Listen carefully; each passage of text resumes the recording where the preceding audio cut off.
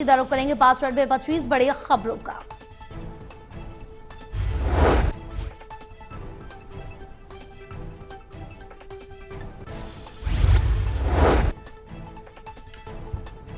Pre monsoon की पहली बरसात ने ही बहादुरगढ़ के सफाई व्यवस्था के दावों की पोल खोलकर रखी है, जिसके बाद झज्जर जिला उपायुक्त स्वप्निल रविंद्र पाटिल फील्ड में उतरे। उपायुक्त नवीन पाटिल ने सफाई में हुई लापरवाही पर अधिकारियों को फटकार भी लगाई। उपायुक्त ने जल भराव की स्थिति से निपटने के लिए अधिकारियों को उचित दिशा निर्देश दिए। नहीं, आज फिर से एक बार विजिट की थी। मैं पीछे 15 दिन पहले आया था और कुछ जो एक्शनेबल पॉइंट्स थे उसको रिव्यू करने के लिए आया था। तो काफी सारी चीजों पे काम हो रखा है और काफी सारी कमियां अभी भी है, तो उनको मैंने निरीक्षण किया। उसमें हमने नजफगढ़ रोड हो गया या फिर झज्जर रोड हो गया या फिर लाइन पार का एरिया हो गया, बाराही रोड है, डिग्गी वाला रोड है, तो इस पे जो तैयारी थी हमने चेक कराया कि डिसिल्टिंग वाकई में हुई है नहीं हुई है। यहाँ पे अगर नहीं हुई है तो वहाँ पे डायरेक्शंस दे दी गई है। सिरसा में रोडवेज पर लगा चौका जाम। हरियाणा रोडवेज के कर्मचारियों के साथ हुई मारपीट और दोषियों की गिरफ्तारी न होने के कारण विरोध में कर्मचारियों ने दिया धरना। कर्मचारी नेता पृथ्वी सिंह ने कहा, हरिद्वार से फतेहाबाद के लिए बस आ रही थी। हिसार से कुछ सवारियां छोड़ी, जिसमें कंडक्टर ने उन्हें टिकट के लिए कहा, लेकिन उन्होंने टिकट नहीं ली।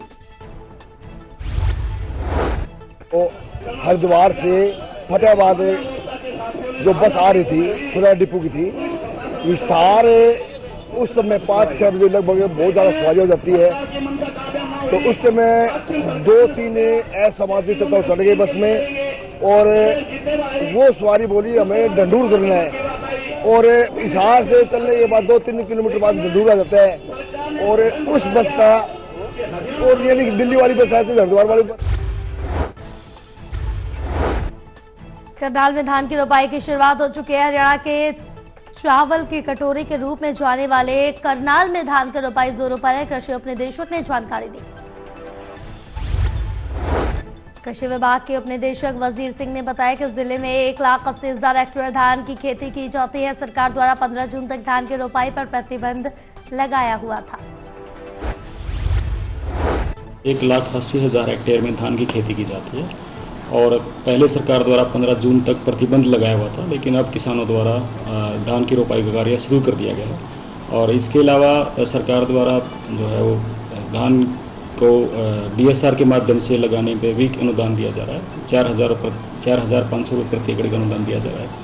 और जो किसान धान को छोड़कर दूसरी फसलें लगाएगा उस पर भी सरकार द्वारा 8,000 रुपये प्रति एकड़ का अनुदान दिया जा रहा है। जैसा कि आपने बताया कि जिला करनाल में हरियाणा के रेवाड़ी में पुलिस ने देह व्यापार के खिलाफ बड़ी कार्रवाई करते हुए होटल में छापेमारी की। इस कार्रवाई में पुलिस ने देह व्यापार में संलिप्त एक कपल को पकड़ा। रेवाड़ी पुलिस होटल मालिक की तलाश में जुटी है, जो छापेमारी की भनक लगते ही फरार हो गया। रेवाड़ी एसपी ने कहा है कि इस तरह के कुकृत्यों में शामिल लोगों को बख्शा नहीं जाएगा। हमें शिकायतें मिल रही थी देह व्यापार की, जो कि आज हमें गुप्त सूत्रों से सूचना मिली। सूचना के बाद यहाँ पे लोकल SHO और मेरे द्वारा रेड की गई और हमने एक कपल को अभी हिरासत में लिया है, उससे पूछताछ किया जा रहा है। और अभी तक जो प्रथम दृष्टया जो साक्ष्य हमारे सामने आए हैं, जो इनकी चैट हुई है व्हाट्सएप पे, चैट में कहीं ना कहीं पैसे का लेन देन की बात हुई है। उसके बाद जो ये लड़की है इसको होटल में भेजा गया है और उसके बाद हिसार की चौधरी चरण सिंह हरियाणा एग्रीकल्चर यूनिवर्सिटी में स्टूडेंट्स पर लाठीचार्ज की घटना के बाद 10वें दिन भी स्टूडेंट्स का विरोध लगातार जारी है।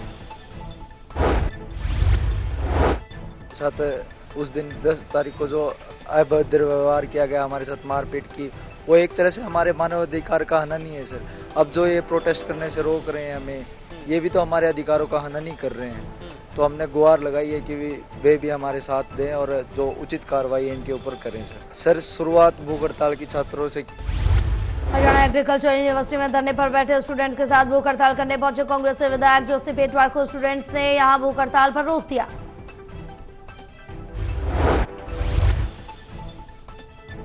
ये छात्र हितों की लड़ाई है, लेकिन मुख्य विपक्षी दल होने के नाते कांग्रेस का हमारा धर्म बनता है कि हम इन छात्रों की लड़ाई में इनका साथ दें, सरकार के कानों तक इनकी आवाज़ पहुंचाने का काम करें। जो इनकी मांग है वो मांगे जायज़ हैं और उन मांगों पे सरकार को, यूनिवर्सिटी प्रशासन को तुरंत उनकी मांगों को मानना चाहिए, संज्ञान में लाना चाहिए, क्योंकि छात्रों की असली जगह क्लास में है ना। यमुनानगर पहुंचे बीके हरिप्रसाद ने मनोहर लाल बडोली को उस बयान पर प्रतिक्रिया व्यक्त की जिसमें उन्होंने कांग्रेस के कई विधायक बीजेपी में आने वाले हैं। बीके हरिप्रसाद ने कहा कि बीजेपी ने कभी तिरंगे का सम्मान नहीं किया। 52 साल पहले आरएसएस ने कह दिया था कि तिरंगे में मौजूद तीनों रंग अशुभ है।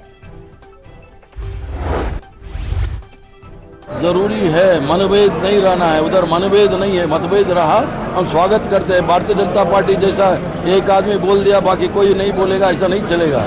जो संगठन सुरजान अभियान कांग्रेस वर्किंग कमेटी तय किया है 2025 पूरा देश में संगठन के लिए पूरा 2025 रहेंगे। चरखी दादरी में नेशनल हाईवे 152D पर गांव जुजर के समीप 3 ट्रकों में टक्कर हो गई जिसमें ट्रक ड्राइवर सहित 2 लोगों की मौके पर मौत जबकि एक व्यक्ति घायल हो गया। कंट्रोल रूम से कि जिंजर गांव के समीप 152D पे एक्सीडेंट हुआ है। तब हमने वहां पे जाके देखा तो 3 ट्रकों का एक्सीडेंट हो रखा था। तो 2 की मृत्यु हो चुकी है, एक जो घायल है वो रेफर कर दिया गया है PGIMS रोहतक और जो कार्रवाई हमारी वो चल रही है। गोहाना में पिता पुत्र के नहर में डूबने का मौत का मामला सामने आया। पिता पुत्र नहर में पीने के पानी लेने गए थे। नहर में नहाते हुए पुत्र तेज पानी के बहाव में बहा। पिता ने बचवाने के लिए छलांग लगाई।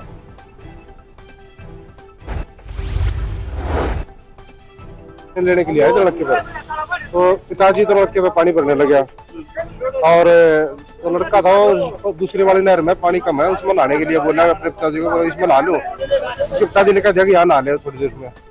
वो दूसरी नहर में कूद गया लड़का।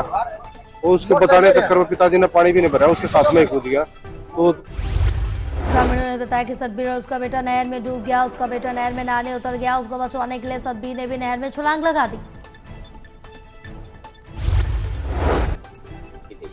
यहाँ से पानी जाता है सोनीपत तक, तो पानी यहाँ अच्छा है, इस करके यहाँ से ले जाते हैं पीने के लिए। पानी लेने वो वहाँ आए थे, यहाँ वो बैठ कर सोचा था गर्मी है कुछ हाथ पाँव मुंह में, उसके लड़के का पाँव फैल गया। वो लड़का इसके में डूब गया। लड़के ने सोचा लड़का गया, बाप उसको बचाने लगे।